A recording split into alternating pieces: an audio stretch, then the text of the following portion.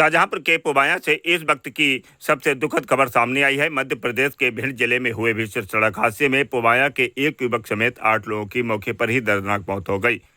मृतक युवक धान की रोपाई का काम पूरा करने के बाद अन्य मजदूरों के साथ पिकअप से अपने घर लौट रहा था। हादसे की खबर जैसे ही परिवार तक पहुंची, घर में कोहराम मच गया। सबसे दर्दनाक बात यह है कि मृतक अपने परिवार का इकलौता कमाने वाला था।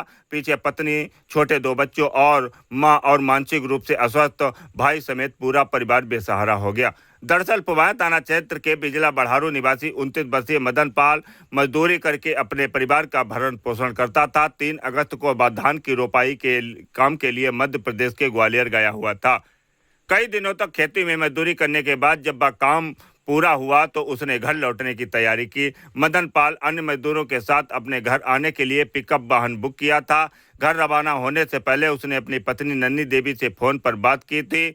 पत्नी से जल्द घर पहुंचने की बात कहकर मदन पाल पिकअप में सवार होकर घर के लिए रवाना हो गया।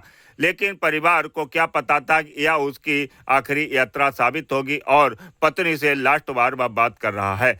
रात के समय ग्वालियर रोड पर छिमका गांव के पास अचानक पिकअप के सामने छुट्टा पशु आ गए। पशुओं को बचाने के प्रयास में चालक नियंत्रण खो बैठा और अनियंत्रित होकर पिकअप डंपर से जा टकराई। टक्कर इतनी भीषण थी कि हादसे में मदन पाल समेत 8 लोगों की मौके पर ही दर्दनाक मौत हो गई। बताया जा रहा है कि हादसे में मरने वालों में अधिकांश मजदूर लखीमपुर खीरी जिले के रहने वाले थे। हादसे के बाद मदन पाल की पहचान उसके हाथ पर बनी टैटू से हुई। परिजनों को शुरुआत में जानकारी दी गई हादसे में मदन पाल घायल हुआ है, लेकिन बाद में लखीमपुर खीरी के मृतकों के परिजनों के माध्यम से उसकी पुष्टि हुई है। मदन पाल की मौत से उसके परिवार को पूरी तरह तोड़ कर रख दिया है। परिवार में पत्नी नन्ही देवी, 6 वर्षीय बेटा शिवरम और 3 वर्षीय बेटी सुहानी है। मां शांति देवी भी परिवार के साथ रहती है। एक भाई मानसिक रूप से अस्वस्थ बताया जा रहा है, जबकि छोटा भाई सौरभ अभी महज 15 वर्ष का है।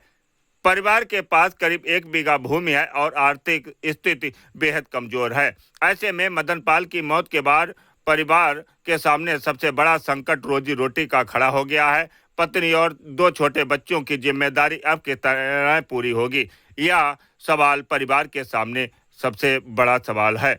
परिजनों की आर्थिक स्थिति इतनी कमजोर है कि वे मध्य प्रदेश जाकर मदन पाल का शव लेने में भी असमर्थ रहे।